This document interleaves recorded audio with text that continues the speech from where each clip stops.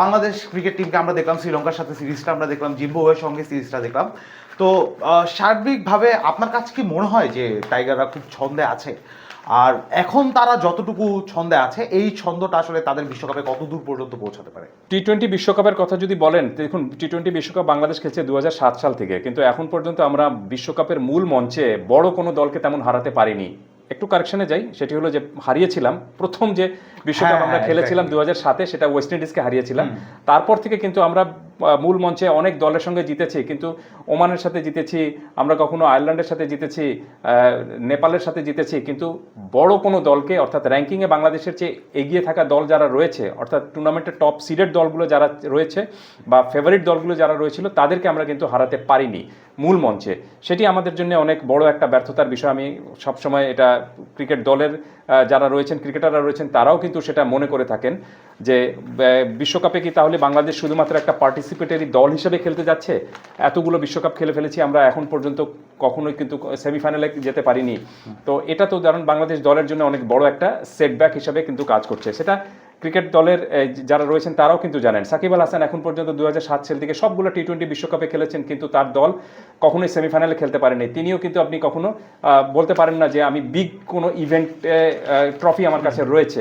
মাহমুদুল্লাহ রিয়াদও তাই, প্রায় 8টি বিশ্বকাপে খেলেছেন, কিন্তু বড় কোনো তেমন সাফল্য নেই।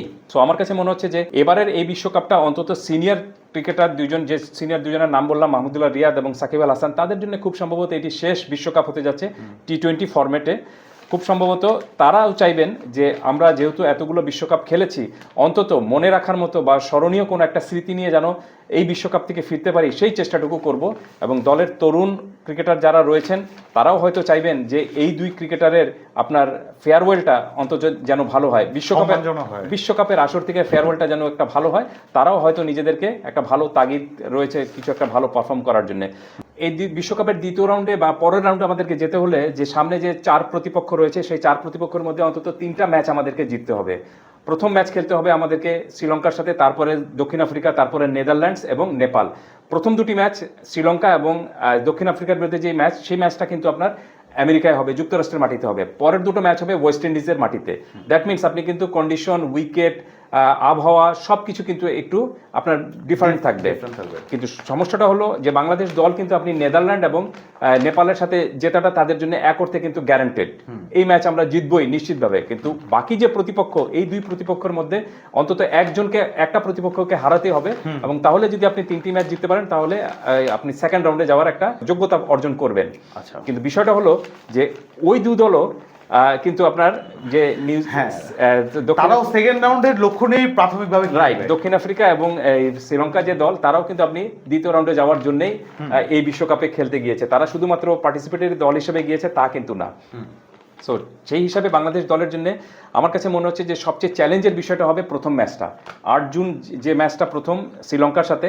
সেই ম্যাচটা যদি বাংলাদেশ জিততে পারে, তাহলে সাউথ আফ্রিকার সাথে যদি আমরা হারিও, কারণ আপনি জানেন যে সাউথ আফ্রিকার শক্তি এবং আপনার র্যাঙ্কিংয়ের বিচারে টপ ফেভারিট সিডেড দল হিসেবে বাংলাদেশের তুলনায় অনেক এগিয়ে রয়েছে। সেই হিসাবে বাংলাদেশ টার্গেট করছে আপনার যে 3টি ম্যাচ। প্রথম ম্যাচটি হলো শ্রীলঙ্কার বিরুদ্ধে, এবং তারপরে যে দুটো ম্যাচ জিততে চায় বাংলাদেশ, নেদারল্যান্ডস এবং নেপালের বিরুদ্ধে।